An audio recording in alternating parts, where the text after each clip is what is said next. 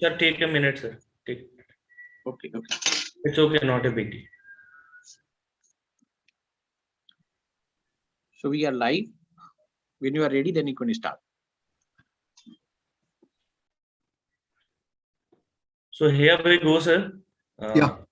A very warm good morning to all of you.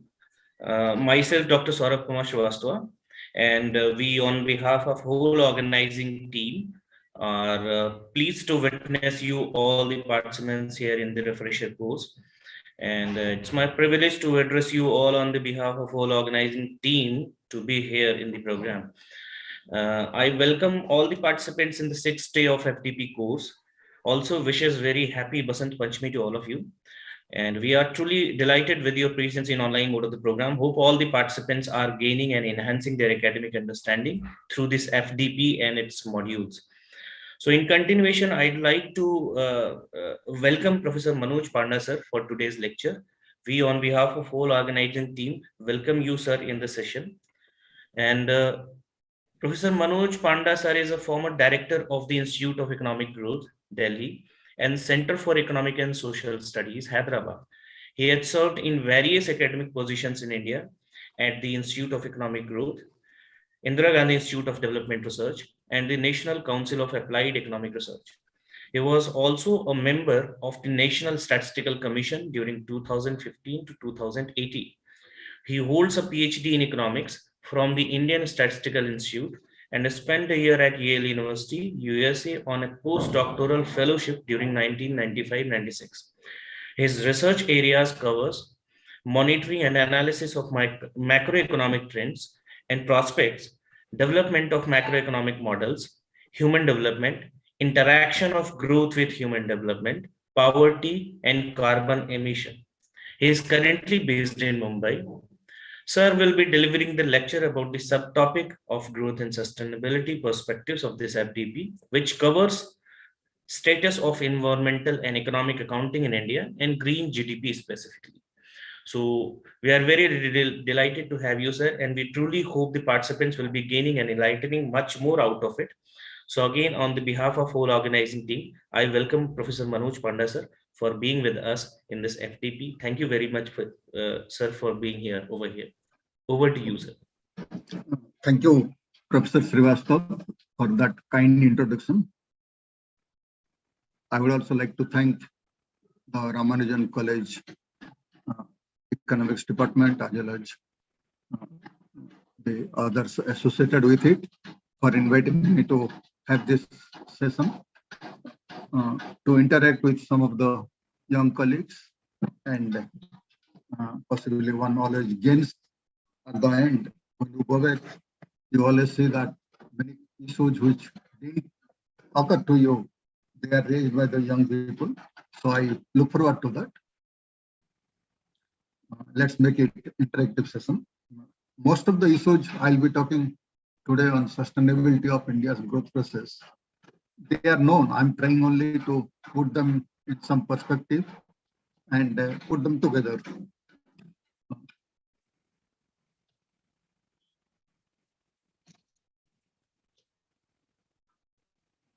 My screen is not moving. Your screen is visible, sir. Yeah, no, it's not moving. Achha, go to the next slide, sir. Yeah, that's what I'm trying to do. Yeah. It's okay. You know, if you see the economic growth process, about 400 years ago, for example, India was counted among the prosperous country in the world. That was in the pre-industrial revolution days.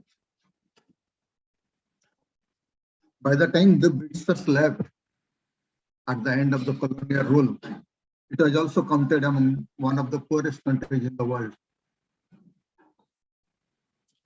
The industrial revolution, it didn't benefit India much, except for, say, one steel plant, a few textile mills and leather industries, just very, very few which didn't even count. Agriculture still accounted for 70-75% of the total production activities. So effectively, economic development process started after independence. And by that time, the planning process was viewed as an instrument for enhancing the welfare of the people. That was possibly the general view in several parts of the world. And India also started having 5-year plans with a larger share of the public sector in the entire investment process. But what do you want this development? It is not, essentially development is because the phrase growth and social justice or inclusive growth, they are used with different terms also, but essentially mean the same thing, that you need to increase the welfare of the people. So any growth process must be reflected in the welfare enhancing indicators of the different sections of the population. I think that is one of the basic themes in which the planning process started. Then, of course, the market-friendly reforms were initiated in 91. I don't have to go into all those details. The license permit regime was abolished. A closed economy became an open economy. The tariffs were moderated quite substantially,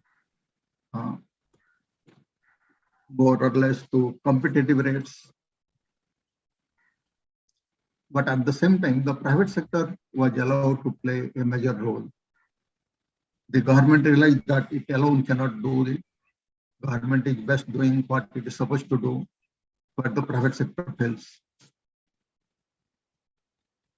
Sir, sorry to interrupt you in between, sir. Your voice is very low, sir. Can My you voice is increase the low? computer voice, sir? Yes, sir. Yeah, maybe I'll be It's very low. nearer to the laptop. Is it okay? But better now?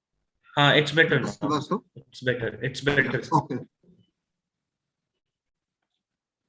But along with the market reforms, there are visible transformations in the economy. The range and quality of products available to consumers that expanded. They had a choice on different products. Some of the products also became fairly cheap, like mobile and airline services.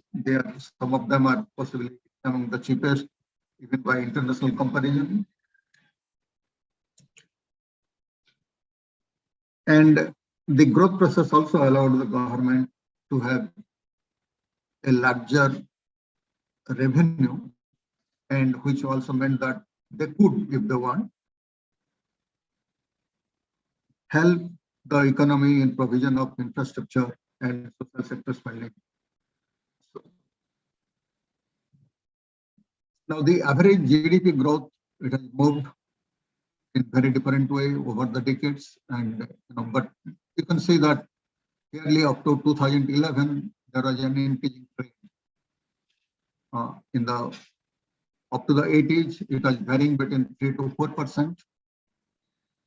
In the 80s, prior to the reforms, it was 5.4%. Soon after the reform in the past decade, it didn't increase much, but actual growth actually came,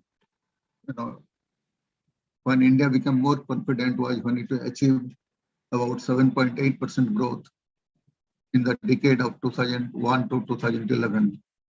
And remember, that also included the global financial crisis, where at least for 1 or 2 years, every country had a problem. So that gave optimism, and possibly the previous government started planning even for a higher growth. The new government came in 2014. It wanted to move to a different mechanism of public policy making. The planning commission was abolished. The Niti Aayog replaced it. And the allocative power, resource allocation power of the planning commission to states, that is virtually taken away. It was dealt with by different uh, corresponding ministries in the center. So that is a political decision. Possibly many people were unhappy with the earlier regime also, and that led to the change.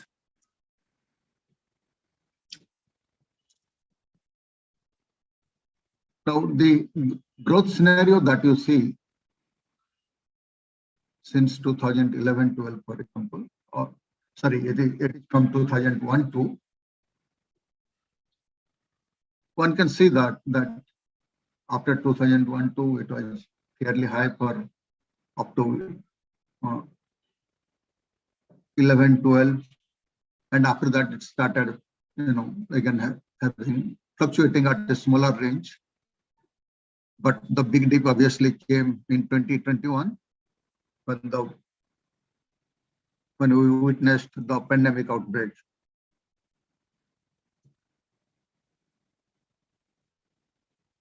Now the average, which I was showing you earlier, which were fairly high, at least last 2 decades prior to the pandemic, over 7%, 7 to 8% in that range. That came down to, just the 1 year's drop in GDP from a trend rate. Actually the drop was around 7.5%, but if you take from a trend, then the drop was possibly 12-13%. And that reduced the average for the decade as a whole from 2011 to 2021 to 5.6%. It obviously had implications on employment and poverty. Now, what does it place India? You can say that, for example, at GDP at current and constant prices, it moved. The slope was very clear in some of the periods that it was very sharp. And currently, if you want international comparison, possibly you have to take it in US dollar term. And in 2018, it was 2.7 trillion economy, a five-fold rise after 1991 in dollar terms.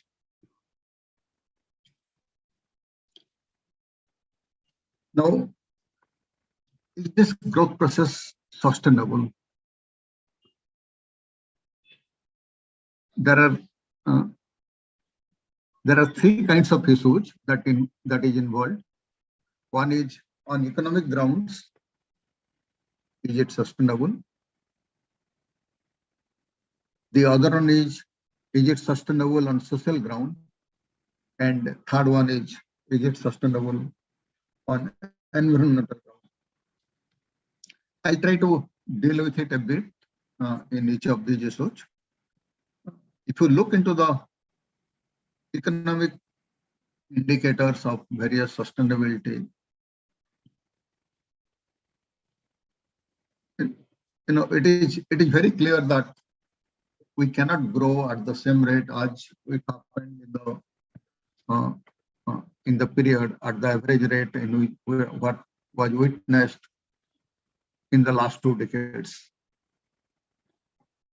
Even prior to the pandemic, the international environment has changed. World trade, we do not, it has created uncertainty. Though in the 21-22, it grew quite a bit because of the drop in the previous year. But still, we do not know. The world trade policies are becoming uncertain. To what extent economy will recover, what kind of measures they will take at the global level, it is not clear. Yet, India's investment rate has been in the range of about 30%. And if we take an ICOR, the incremental capital output ratio of about 4.5, which has been witnessed for several decades, with small changes around that. Possibly that can sustain a growth rate of 7.5% purely on from the investment side.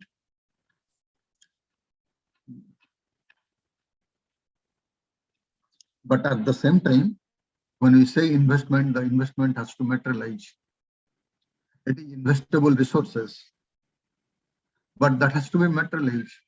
And that is a big problem in the last 2-3 years, which we are saying. Industry is just not able to invest, or they are not interested to invest. So that is one angle. Exports, what I was telling you about the international environment, despite that possibly Indian exports, it may not grow at the same rate in which it happened for several years during 2000 and 2011. Fairly high export growth in dollar terms. That may not happen, but yet it may still there. One can hope that India has been looking for new markets, and that can, exports can grow at least a few percentage point more than the world export growth. And from export side, possibly that might add up to the domestic demand from the demand side of the to indicate the GDP. So to some extent, demand pressure, exports demand, but largely it will be domestic demand that can drive the economy. The moment demand is evident in the economy, hopefully private resources are available and investors should be able to invest. But engaging with them, giving them hope that everything is going on well, they can start investing. That's a big task. After that, I think for this audience, I'll not speak too much on the economic indicators. We can discuss that during interaction. But after that, I'll go a little bit into social aspects of stability in the growth process. If you see the quinquennial NSSO reports, the Gini index of inequality in monthly per capita consumption expenditure, the last one being 2011-12. In some way, there was a little bit decline in rural areas, though with some fluctuations in between. But it has been remaining between 28.5 and 30.5, around that level. In urban India, on the other hand, there is a clear rise by 3-4 percentage points. And that was expected in a sense that the reform process, basically it emphasized the industrial growth, and if private investment has to take place, the investors will be getting a larger amount of profit, and that will accrue to the higher income groups, to the top, not only just higher income group, possibly only to the top 5 or 10%, depending on the bargaining strength of the different class.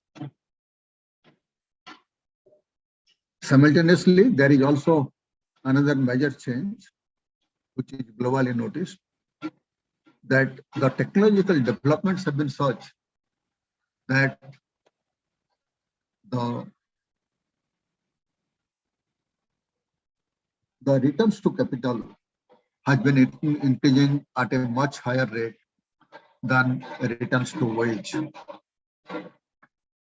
And that possibly accounts for a trend at the global level on increasing inequality, that returns to capital, which is basically, particularly industrial capital, which is owned by the most of it by the top 5% or so, or even less.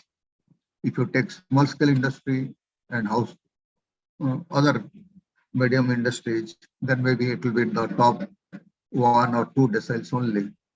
They are gaining more compared to the others who are basically dependent on small agricultural land holding or on wage income. Some of them possibly in small artisans and others, self-employed persons. So the overall trend that the returns to capital is increasing, that is setting a major problem at the global level. As Stiglitz and others have been emphasizing, even in the USA, for last 6-7 decades, the same trend is evident. Share of wages in national income is falling. Anyway, be that as it may, let's go to a few other, consequential or related, not consequential, the related indicators. Another, just related to that is also the urban-rural disparity. Again, for these data are available only up to 11-12, and one can see that at least the consumption expenditure in urban area, it is growing much faster than in the rural area.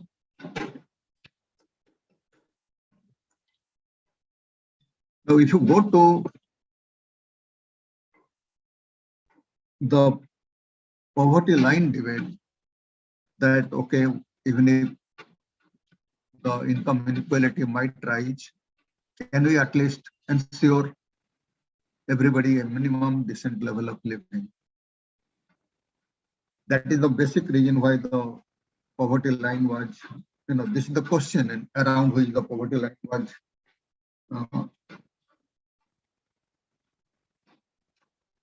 invented or discovered, whatever you may call it. It is, if you remember, it is 50 years of the debate on poverty line. Dandekar and Roth, they wrote their first paper on poverty in India when I was a student, and I was possibly in the graduate level, and their basic study, poverty in India, one of the first comprehensive study on that became very popular for several years. So this, depending on the overall affordability of the society, as indicated by its per capita income, the questions were, what can we assure to the people? Dandekar and Roth came out with a poverty line where at least the people on an average, they have, people around the poverty line, they have a calorie intake equivalent to the required minimum. Again, they had a very crude way of doing, very fast hand, because that was one of the first studies. But later on, as data became available, government, particularly the Planning Commission, spent more resources on studying it. The poverty task force were set up, and they came out with the official poverty lines. One was by the Lakdawala, which was 49 rupees and 56 rupees for rural and urban India at 73-74 prices. And then again, the 10 liquor poverty line, which possibly most of you know now, it has been quite debated in the last 10 years or so. That also adjusted, and according to the 10 liquor poverty line, at least about 22% of people in urban area and 26% people in rural area, they remained below poverty line. I think it is 26% in rural India and 14% in urban area, and 22 is the total, including combining rural and urban together.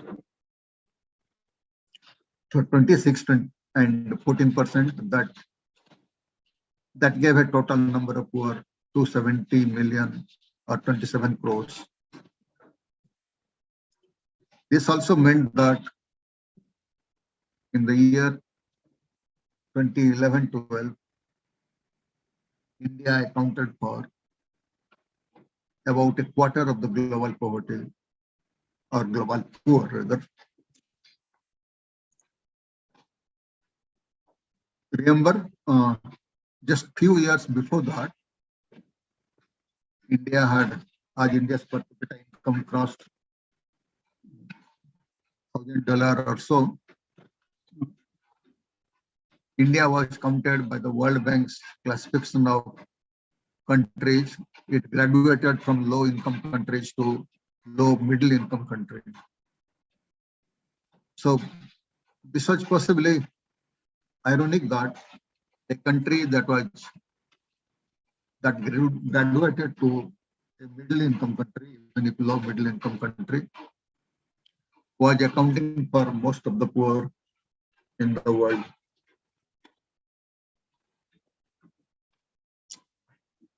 I think this gives the trend from the earlier debate up to 2004-5, how things changed. In the beginning, 60s to 75, there are hardly any change in poverty ratio. But after that, when growth picked up, there are some visible changes. But if you see, I'll come back to some of the recent numbers maybe later. But see the international comparison that I was telling, every country which had a high growth over a period of 3 to 4 decades or 5 decades, everywhere they had a fairly 1 or 2 decades of high growth. Even Bangladesh in the last 2 decades, it has been growing at 6.5 and last decade 10.1% prior to the pandemic. And in 2020 level, even after the year, its per capita income at 1962 has just exceeded 1928 of India. So Bangladesh is catching up with India completely, and it is doing fairly well in the last 2 decades. Whereas after 1 decade of high growth, we lost the tempo. Other countries you can say, several, but everywhere there are some periods when there is a fairly high growth. In the 70s particularly, there are many countries, and 70s because 70s was also the period when the world trade grew at a very high rate. And many countries, particularly the East Asian countries, they took advantage of that. But because we didn't have the reforms, we still had a closed economy, we possibly couldn't take much advantage of that. I think this is again the similar point. I'll not go into that. One can see that the investment levels are even now, it's around 30%, 31%. Exports are also not that bad, about growing at about 18% of GDP. Imports are always slightly more.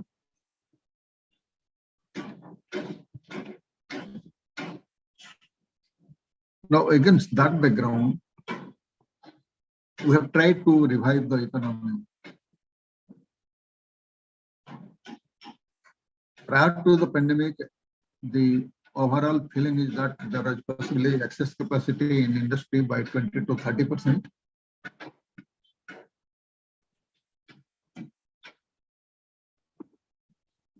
And the standard recent prescription in such a situation is to have an expansionary fiscal policy for generating income and employment.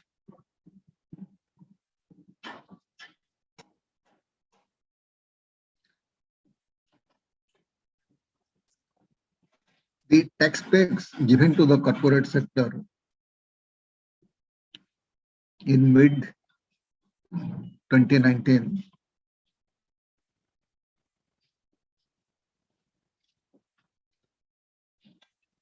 that was possibly more of a medium term type solution that could not have led to investment increase immediately in the when the excess capacity in industry is at 25-30%.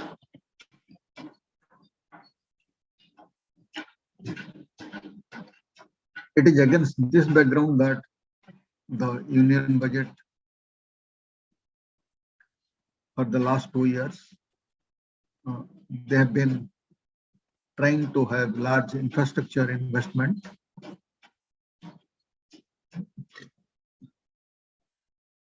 The money possibly getting spent in some areas like roads and railways. Maybe there is some visual physical investment also, possibly power also. But to what extent they are able to generate additional employment, that's not getting clear.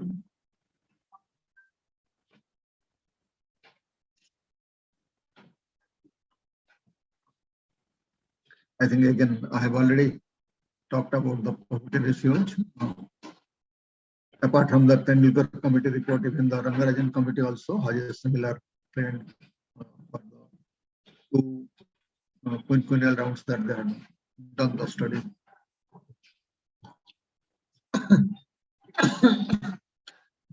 Now, a higher growth, if you want to aspire, the way I was telling, every country has done it for at least 2 to 3 decades to be counted at the global scale.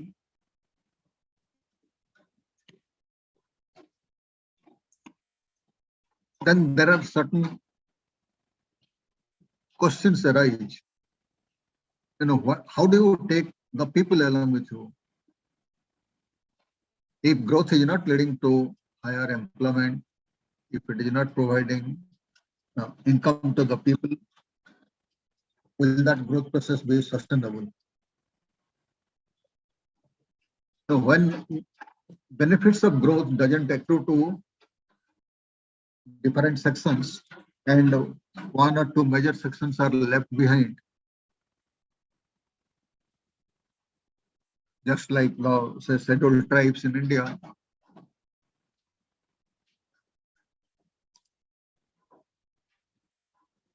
and other sections are also not getting benefits as per their expectations because employment is not picking up.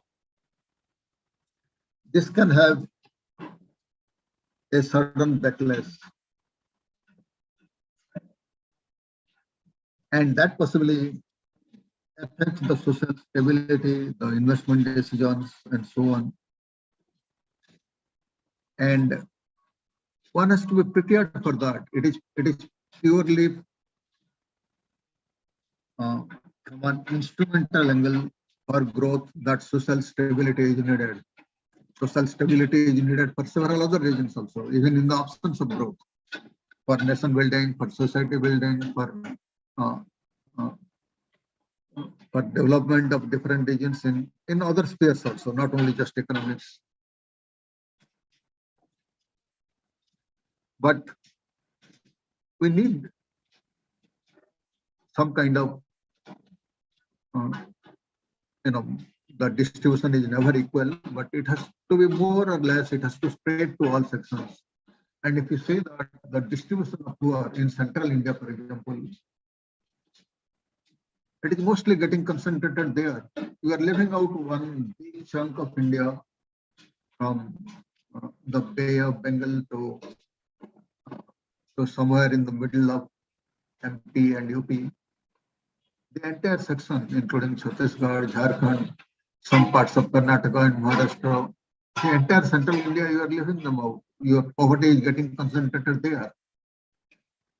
And possibly this regional development needs to be thought of more carefully in the coming days. It is not that government is not trying to do, They're trying to do various policies, particularly in the dry field agricultural region, uh, the dry land rain fed agriculture.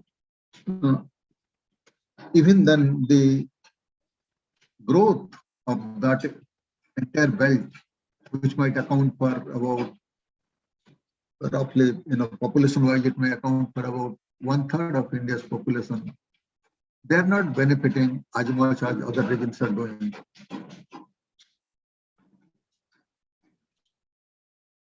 Again, employment I have already told, but if we have to go for social policies, what do we need?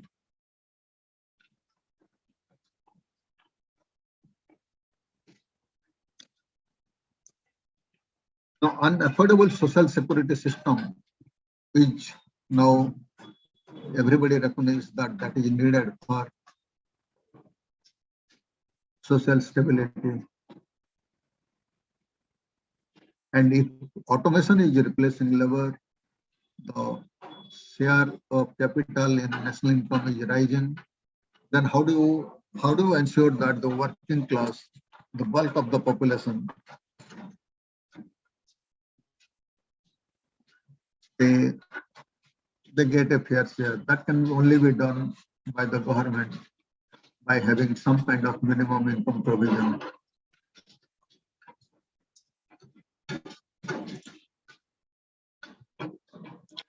Now I'll come to certain environmental concerns. I hope I can take another 10-15 minutes. Yes, sir. Yes, sir. Please. So the economics concerns, social concerns. Now the emerging trend in also is environmental concerns in the last 2 or 3 decades rather. The environmental issues, the degradation of environment, other things I don't have to go into. Everybody knows that land, water, forest, they are getting degraded. So also the climate change issues are there because of CO2 rise. But if we see this, they can be clearly divided that the global climate change is a global issue.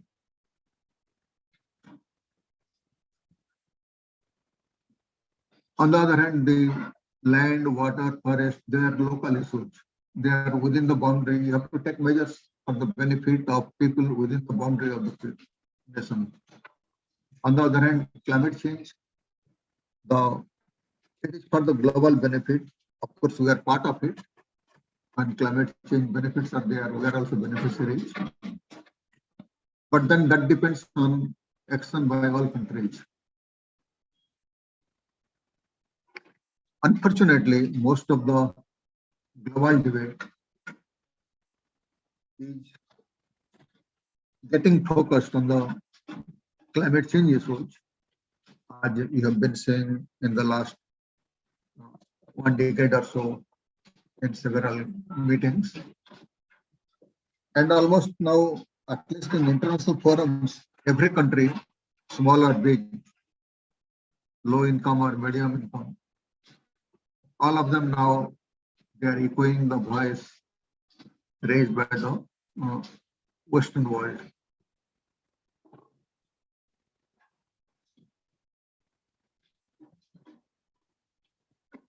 We have been, on our own, possibly, we have been taking certain measures like moving away from coal to solar or wind power.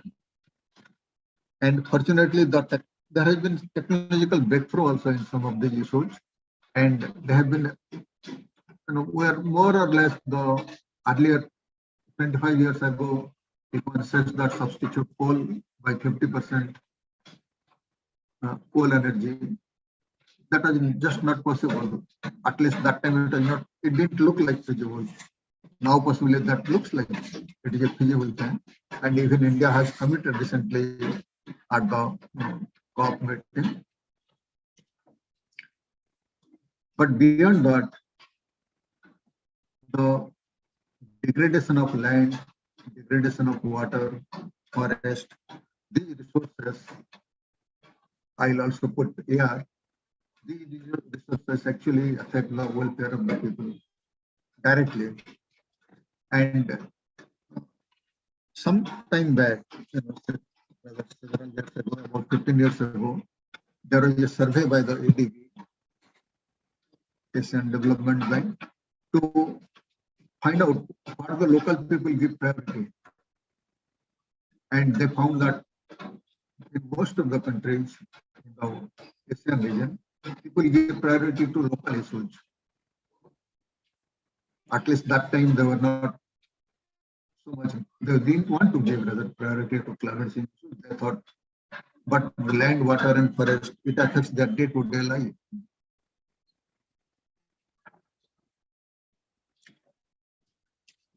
There have been many attempts to incorporate some of these degradations into environmental accounting, and natural resource accounting has emerged as a new field. There have been several attempts to take care of resource stocks in the beginning of the period and at the end of the period, and if there is a degradation, let the national income be adjusted for that. This example is in that line by Professor Haripriya at the IIT. She works on forest, and this was an example given that how things can change between closing stock and opening stock of a period, and that may degradation, for example, forest degradation could be deducted from the national accounts. Similarly, there have been attempts, particularly for forest areas, for quite a bit, water also. And if one wants to go, then of course that itself is a separate issue.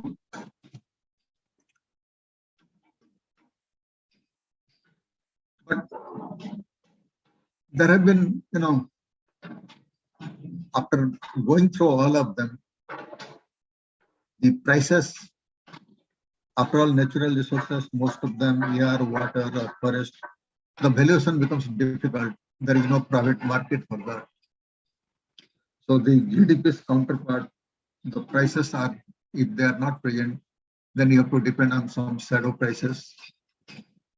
There have been again attempts to do it very differently. One is contingent valuation method, travel cost method, some benefit transfer method, and other things. They require, each of them possibly require detailed lectures, and maybe you would have the benefit of listening to some experts in that line. But overall, if one studies, then there are certain limitations. For example, when I had seen some of the studies on forest by 4 or 5 organizations, what we found is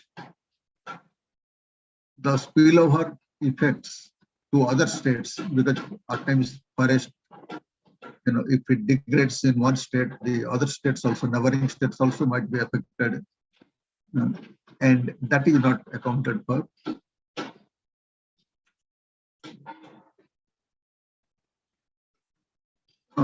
Some of the people or studies, they account for ecotourism that helps in forest ecotourism that could have a positive effect on the national accounts. But again, to the extent that some of these studies are purely sectoral studies, and the national accounts has already accounted for it in tourism sector or so, then possibly a double accounting at some level has to be avoided. If you are including in one, don't include in the other.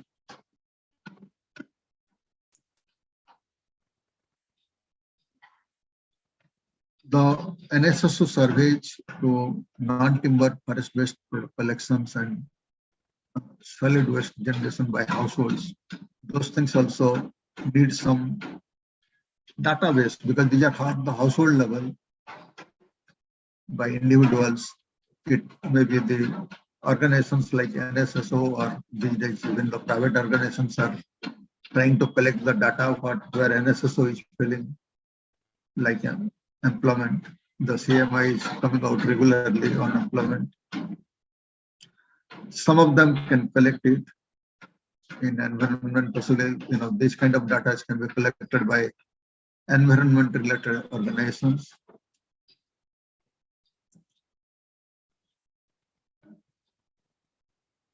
And the self-consumption part of it on the non-timber based forest products, that also has to be evaluated properly with taking care of prices available in the market of a close substitute.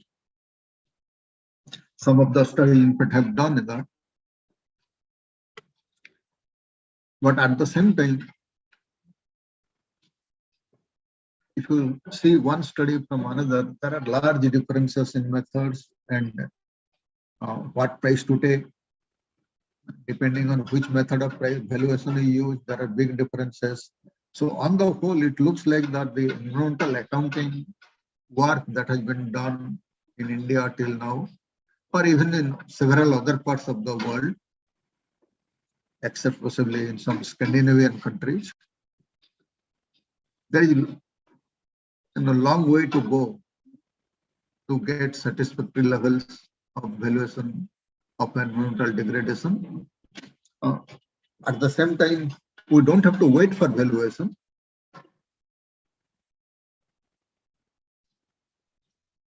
If we have physical indicators of degradation,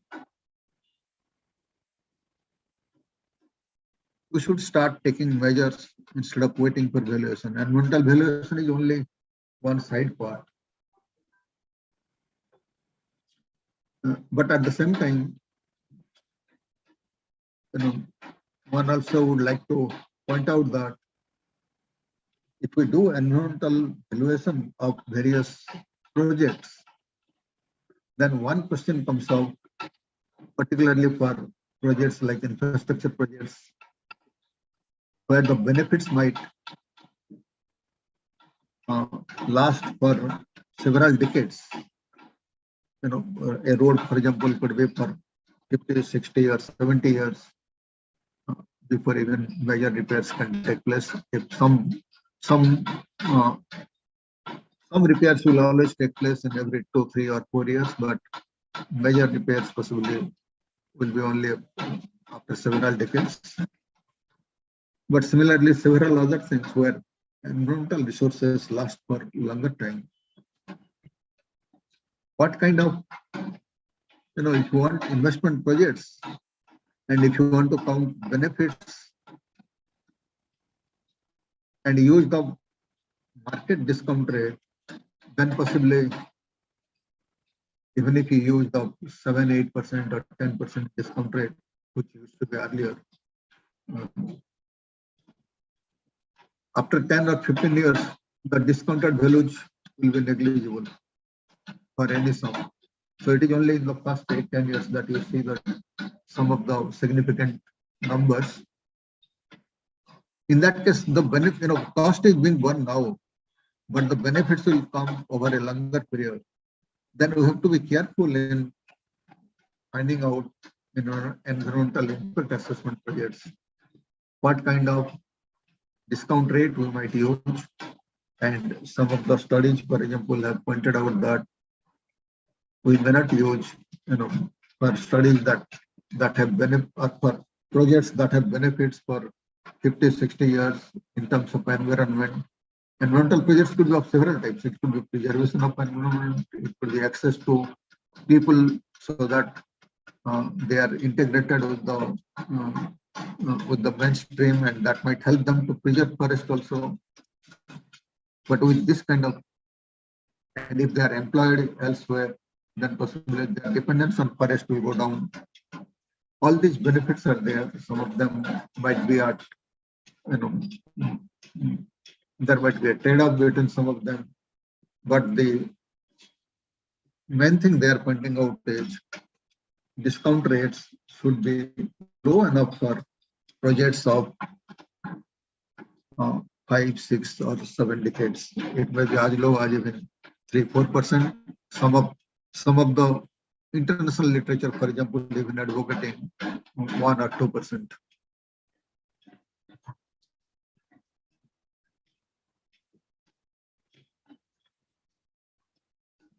But despite all these problems, possibly, uh, there have been movements on natural resource accounting, and as we go ahead, we will have better information system and better measurement techniques to integrate them with proper national account systems. Right now, even if we do that as a satellite account, that itself will be a big step. I think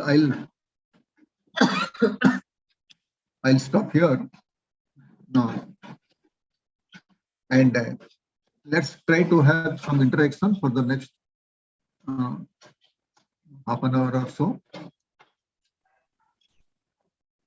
Yeah, sir. Thank you, sir.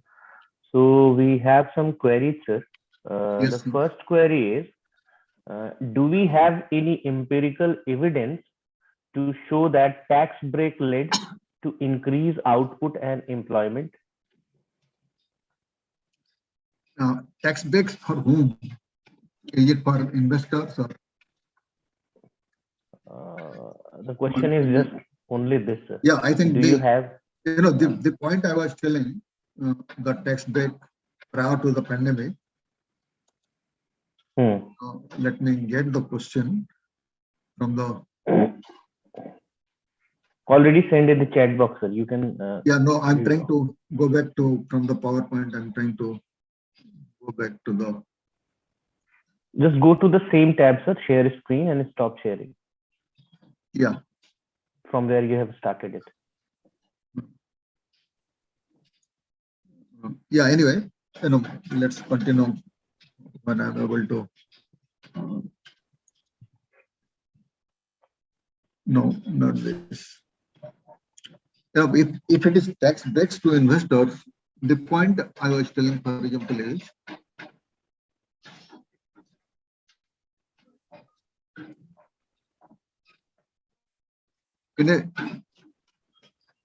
when the capacity utilization is not there, from taking supply side measures doesn't help, because investors are not going to invest immediately. They will possibly wait for capacity, for demand to expand, and only after that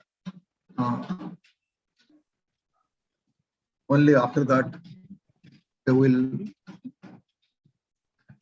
try to invest. After all, they are private investment investors, and they are looking for some kind of profit, or at least no loss, even if they take a longer term view. So because of that, the tax break that was given, and a fairly large amount before the 2020 budget, that possibly didn't help. And all that happened is the investors got a big benefit. But what did they do? They basically they restructured their loan portfolio. They paid back the loans that were there at high cost, and they used it for taking loans from low income sources. So that didn't lead to much investment. To some industry, yes, it might have done, but overall, possibly it was not much. So the output and employment effect that possibly the government was expecting, maybe they were not expecting actually that immediately. They were possibly having a view of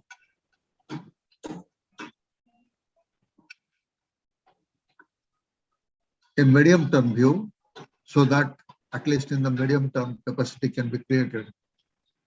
But this debate has been there for quite some time. Let me take it a little bit further, because the issue is not just about tax break.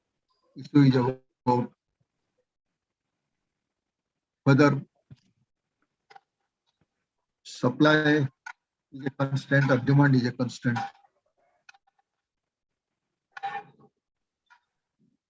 Often, for example, last year, when the pandemic effects were there and industries were shut down, in the beginning it was thought of that it was a demand is the major problem. If people start working, they have income, consumption expenditure increases,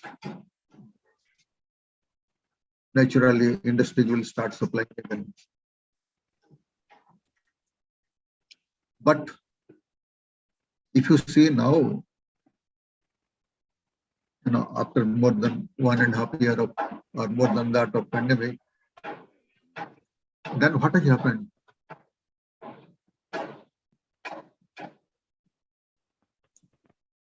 What has happened is, now the small scale industries have closed. Earlier, at least the industries were there, government gave some help, they survived for some time. At times, even the private people, they could sustain it for some time. But now the industries have closed down completely, several of them. So they are possibly, actually you have to revive the industry. You have to have supply side measures now, at least for the small scale industry. For the other industries, which the large scale industry, they have survived. Some of them are doing fairly well. Some of them adjusted to the new technology and making a lot of profit. For them, it is a question of demand. But giving tax, they don't need tax break because they have large profits. So I don't think this is a time to give tax breaks. If you had given the tax breaks to consumers, to some extent, possibly that would have helped. Again, what is needed is not so much tax break. What is needed is income generation, wage income, employment and wage. The key lies there.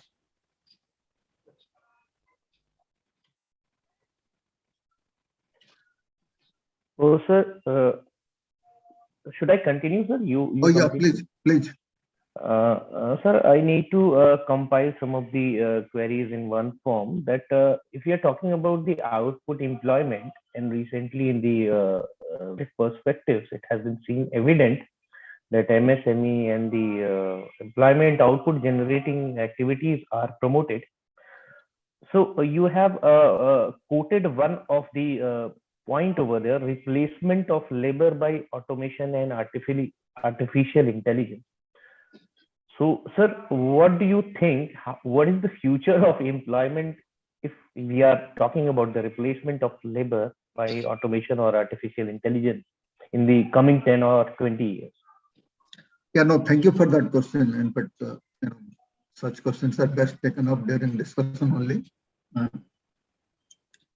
The replacement of labor in some of the industries, not in all, that's a common phenomenon. Some of the industries, they are possibly moving more towards labor replacement.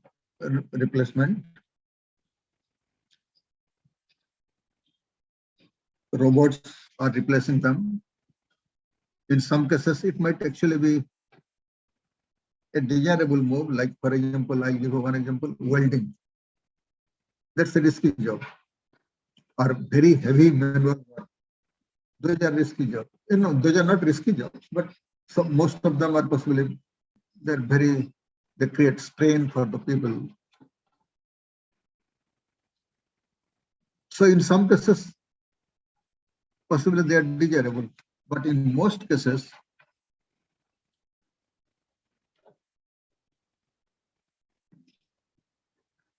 whether they are desirable or not, automation is going to possibly, looks like that it will take place. It will take place particularly because look at it from the investor's point of view. If the investor can replace labor by automation and produce the same output, spending less, then what prevents him not to do it, except for public law? So, if you see social desirability, at least capital goods possibly will not be able to help much. The automation will continue. In some other small activities in other sectors, that will continue.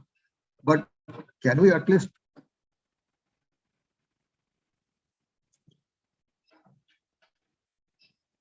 have some law which will limit the automation process? Again, whether it is desirable or not, whether we'll make the economy competitive if you do that or not, that has to be seen against international context. I don't have particular view on that. But what can the government do? I think that is more critical, you are implying in your question. What government can do is,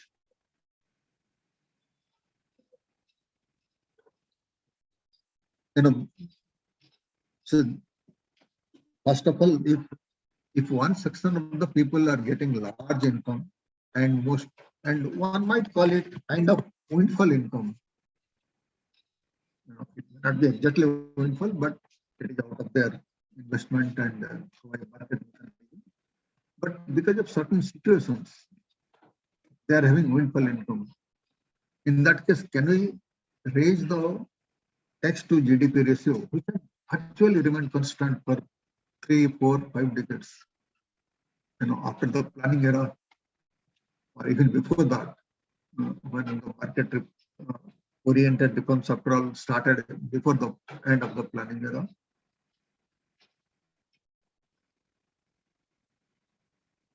Can we at least raise the taxes by a couple of percentage point more, and so that the government has fiscal space for some kind of distribution mechanism? Distribution could be in very different form. For example, people like Pranab and others, they have been arguing for an universal income program, UBT or UBI, universal income benefit, UIB. Now, whether giving everybody some minimum income, if you don't make it universal, many people will be left out. Targeting is always a problem in any program.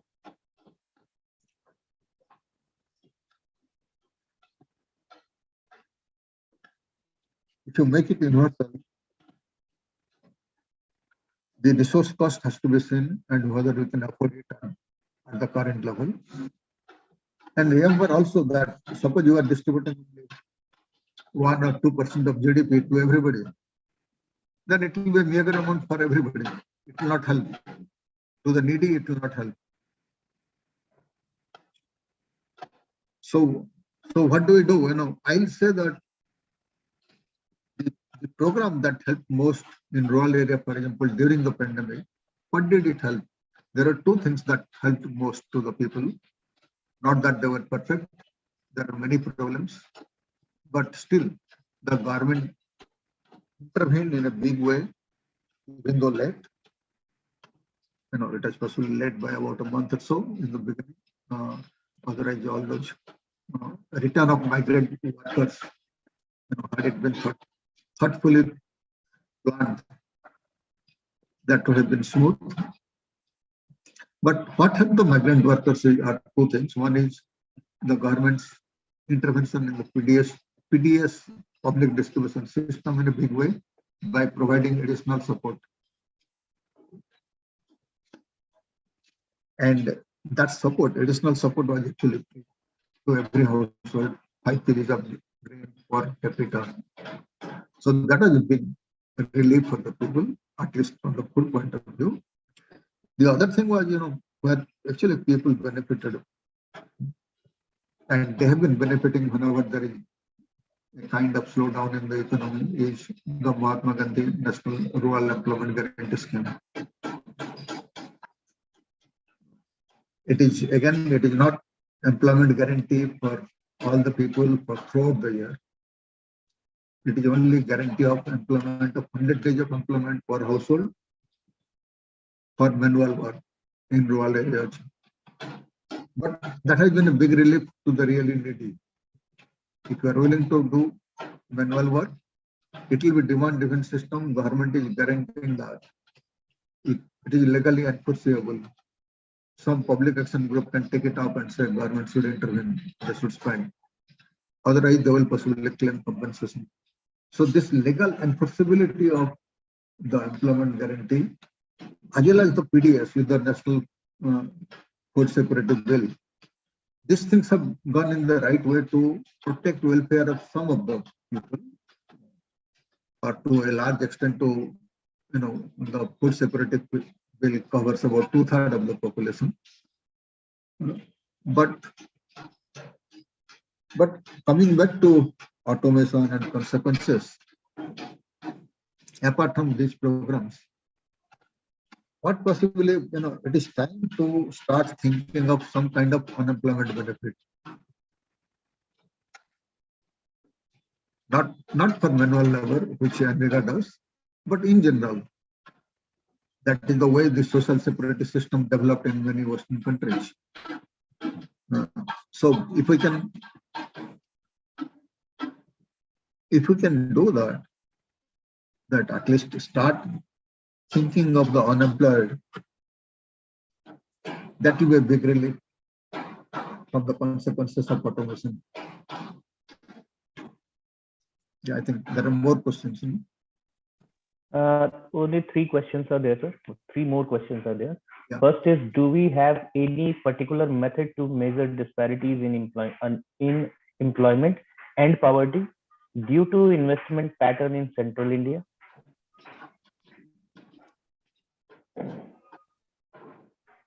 No, see, due to investment pattern, I don't know. One needs big surveys, not only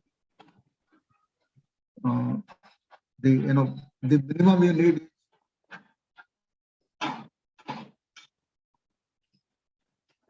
the consumption survey and the employment surveys for similar households, so that you can link them. If you don't have that, possibly some young researchers can also plan in a different way. What some of the recent studies are doing, they are trying to merge 2 different studies. Now, if you merge 2 different studies, obviously they are not for the same sample, but they are for about the same year, or 1 year before or after. They are trying to merge them, locate what is happening, but there the unit of analysis then has to be district, so that if districts are covered in both employment survey as well as on the consumption survey, which is from where the disparities and other information are available. So if at that level, if we can go into that and see whether in central India or other parts, how these 2 are linked, that will be possibly a time-consuming but good study. Other than that, I don't have any immediate answer. So the other one But is, what is that is what time, Okay, sorry. What is the impact of privatization on sustainability? How do I answer? Say, if you don't have privatization, I'll answer it in a more general way. Public sector versus private sector. Privatization, if you ask impact of privatization, then we have to go into details which sector, whether that is sustainable there. But in general, if you see as I was telling, at the time of independence, when we started the planning process, the dominant thinking in the world was that the planning helps in raising income of several countries, in raising income and welfare of the people, and the government has to intervene in a big way. And for an additional reason also in India, that the private sector hardly was not very effective that time. Its size was small, only few big industry, one or two were there. And they had, even by the world standard, they were not big. Now, possibly we don't have that situation. So the private investment is certainly sustainable, but the trend that we see now, before every budget, the CII or the PT, they start asking for tax benefits. That has to stop. Except for the small scale industry, all others are benefiting from the process. And if everybody gets the benefit of tax, then what will government do? They cannot, they cannot use any resources for welfare measures, or even if they do, it will be very, very limited. So there is a trade-off between economic sustainability through privatization and social sustainability through welfare programs. And unless we tackle that, what we have seen in other countries or in other societies over history is that if large section of the people they feel deprived, then suddenly there is outburst, and that actually creates problems. So sustainability could be affected from that point of view, but sustainability also will be affected in general if the unemployment problem is not taken care of in some way, at least in the form of some benefits to unemployed. Then Anjali has a question. Can generation of green jobs contribute to revival of MSME? No, green jobs can certainly help. They are, but how much? The green sector, how much does it account for in the total economic activities? Maybe 5-7%. So to that extent, they can help, and the new industries, if they come up. But are they also, except for forest-based green jobs or ecotourism-based green jobs, the other things are also possibly equally capital intensive. If you take,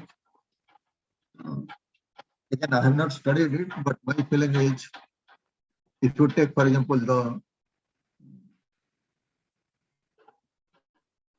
the wind-based power plants, so many of them, even particularly in the coasts of Gujarat. But what has happened? Do they continuously, are they able to employ people more than the reference point where otherwise the employment could have been generated? I think in some cases, yes, they might have been, or they might not. It might not be less than the alternative modes of power generation. But overall, I think if we want people to be employed and revive the MSME sector, it has to be consumer goods sector, large scale manufacturing based consumer goods sector. Otherwise, only employment will be limited, or options for employment will be limited. That's my feeling again, but there might be studies. And it again, these are the new areas that people like Dr. Anjali Prasad and others can take up. Professor Srivastava also is, another year. They can take up as one of two studies, see some of the things, and come out with some conclusions. What is helping, what is not helping. Absolutely, sir. Thank you so much. Yeah. Any other thing? Do we have any No, other sir. question? Pardon? Sir, I'm asking. No, sir. Yes. Saurav, sir. Any Yes, additional ma'am. question? Please continue. No, anything else? No, I have answered. Yes, So I sir. don't have more to say on that. Yes, sir. Any- Thank you very much for that insight into green jobs. I had this query because our policymakers have been talking about creations of green job and how they can help in revival of the economy and the whole new sector coming up. So, sir, the other difficulty we're asking us to, we can have a research on this area. The primary difficulty which I see here is how to estimate the share of green jobs in the total job market of India, or the employment, when we do not have these surveys coming in after 2012-11. In that gap of availability of data, what do you think? How should we go about doing this research? No, I think that Pranjali Prasad, when the one way is the government comes up with large scale surveys and gets data are made available. The other way is, as individuals, what can we do? Or as small groups, Okay. suppose you have a team of 3-4 people, what do? They can take up small surveys and concentrate it on in areas where the changes are taking place. And see, maybe that, it is possible that the green jobs actually are substantially generating employment. But if you ask whether they are not generating, I'll say no, that is not true. They are generating obviously some jobs. For example, the solar energy, to what extent they generate, I do not know. But I'll give you one example. E-vehicles, which comes to my mind. E-vehicles, say the large number of petrol pumps are there. If you go for shift to e-vehicles, it is a different mode of charging. And will they be able to employ so many people? I do not know. If it is just replacing a battery, they may not be able to employ so many people. So there have been some estimates at the global level, which there have been surveys which says that this green job has replaced almost 20% of the job. They've contributed to 20% of job replacement, and globally they have created some 5 lakh jobs. So this is like the sector is growing. But then, as you said, we need to go in for small surveys as far as India's case is concerned. I think that would be a good idea to go about the research. Let's estimate some capital output ratios and use that on investment, because we have information on total investment.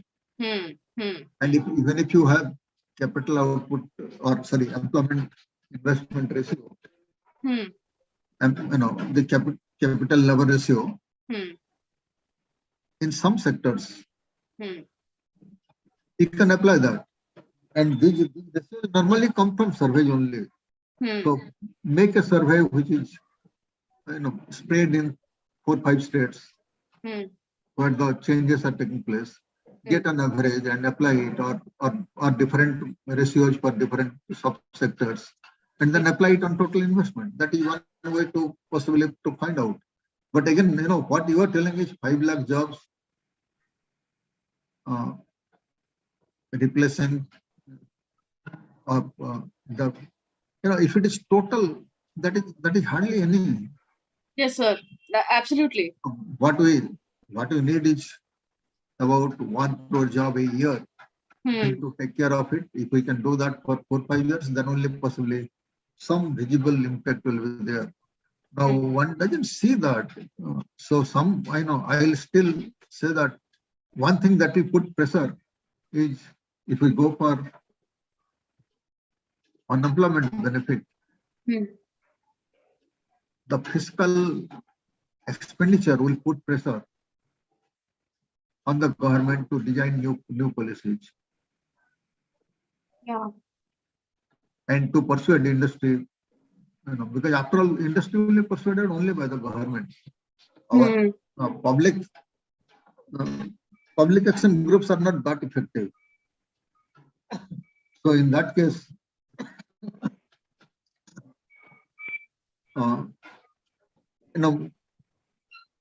at times the fiscal pressure works. Yeah. Government responds in other ways to reduce it. Government decision-making process is a very complex one, and you might think, okay, they have resources, they will give it, but ultimately, when they also face constraints, they will try to give the options and say, okay, pay more taxes or go for employing people so that we don't have to meet more expenses on unemployment benefits. That kind of debate will start, and people will realize, ultimately, I think it's a matter of reaching an equilibrium point. Yeah. Some kind of equilibrium, not necessarily exact equilibrium. Some balancing act, Okay. Thank you, sir. Yeah. So, can we stop here? Or? Yes, sir. Saurav, sir, do we have any just other only query? to thank you, sir. No, ma'am. No, ma'am. Not from the participants. Everyone says good session, sir. Very nice information. So a lot of comments are there like this. So thank you very much, sir, for highlighting very interesting, researchable and thinkable issues. And we have seen a lot of things. The generally theoretical ways are there to think about these issues, but now you quoted all the things in a very specific way: affordable social security, rising rural disparity, urban inequality after 1993. What are the perspectives has been changed? Global and local issues.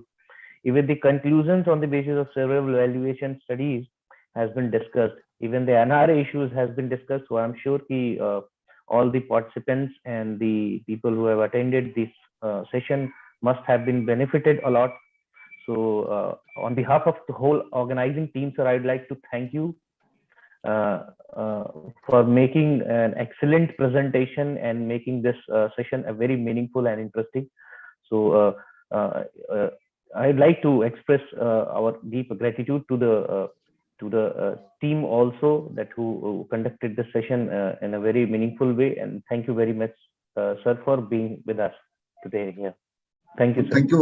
Thank you, Dr. Srivastava. And the interactions actually were very nice.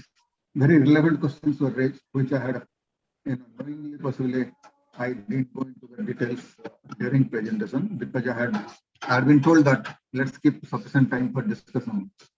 So that way it was good. And yeah, covering several aspects of sustainability becomes difficult in one way. But still, I thought there is an interaction between all of these things. Both economic sustainability, social sustainability, and environmental sustainability. One can see a kind of interaction, not exactly in a theoretical frame. So that way it was, I thought I'll take up this issue. Thank you anyway for the very nice interaction. Welcome. Yeah. Thank you very much. Bye. Sir. Bye. Thank you.